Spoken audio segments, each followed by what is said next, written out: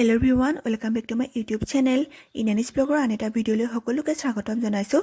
আজি আপোনালোকলৈ লৈ আহিছোঁ ৰুক্ষ চুলিৰ বাবে ঘৰতে সহজতে তৈয়াৰী এটা ধুনীয়া হেয়াৰ মাস্ক।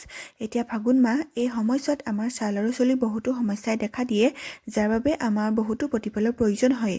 আপোনালোকে এই হেয়াৰ মাস্কটো ইউজ কৰি ছাল আৰু চুলিৰ সমস্যাসমূহ অতি সহজতে দূৰ কৰিব পাৰিব। তেন্তে হেয়াৰ মাস্কটোৰ বাবে আমাক কি প্ৰয়োজন হ'ব চাওঁচোন বলক। আৰু আমাৰ চেনেলত এনেকুৱা ভিডিঅ'সমূহ পাই থাকিবৰ বাবে আমাৰ চেনেলটো ছাবস্ক্ৰাইব কৰি থ'ব। আৰু এই হেয়াৰ মাস্কটো চাই কেনে পালে কমেণ্টত জনাবলৈ নাপাহৰিব। তেন্তে আজি ভিডিঅ'টো ষ্টাৰ্ট কৰোঁ বলক। হেয়াৰ মাস্কটোৰ বাবে আমাক লাগিব জবা ফুল। মই জবা ফুলৰ পাত ইউজ কৰিছোঁ, আপোনালোকে ফুলপাহো ইউজ কৰিব পাৰে। আৰু লৈছোঁ মেথি গুটি, মই কালি ৰাতিয়ে তিয়াই থৈছিলোঁ। আৰু দুটা ভিটামিন ই কেপচুল, এই দুটা অপশ্যনেল হয়। আৰু লৈছোঁ নাৰিকল তেল। আমি সকলোৱে কম বেছি পৰিমাণে জানোৱেই জবা ফুল বা পাতটো আমাৰ চুলিৰ বাবে কিমানেই উপকাৰী হয়।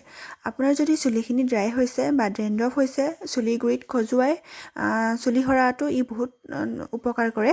সকলো ধৰণৰ প্ৰব্লেমত ই সহায় কৰে। লগতে চুলিখিনি আপোনাৰ চিল্কি কৰাটো সহায় কৰে। মুঠতে ক'বলৈ বহুতো আছেগৈ জবা ফুলৰ কিমান বেনিফিট আছে। ইয়াৰ উপৰিও চুলি ছিগা আৰু চুলিৰ আগফটা সমস্যাসমূহ দূৰ কৰাটো ই বহু পৰিমাণে সহায় কৰে। মেথিগুটিয়ে আমাক চুলি গজোৱাত সহায় কৰে আৰু চুলি ঘন আৰু ক'লা কৰে। যিসকলৰ চুলি পাতলা আৰু হেয়াৰ ফলৰ প্ৰব্লেম আছে, তেওঁলোকে মূৰ ধোৱাৰ আগত মেথিগুটি বেছিলৈ লগাই থ'ব, বহু পৰিমাণে সুফল পাব। ভিটামিন ই কেপচুলে আমাক চুলি গুছা দীঘল কৰাত সহায় কৰে আৰু নাৰিকল তেলে আমাৰ চুলি গুৰিটোত পুষ্টি যোগায়।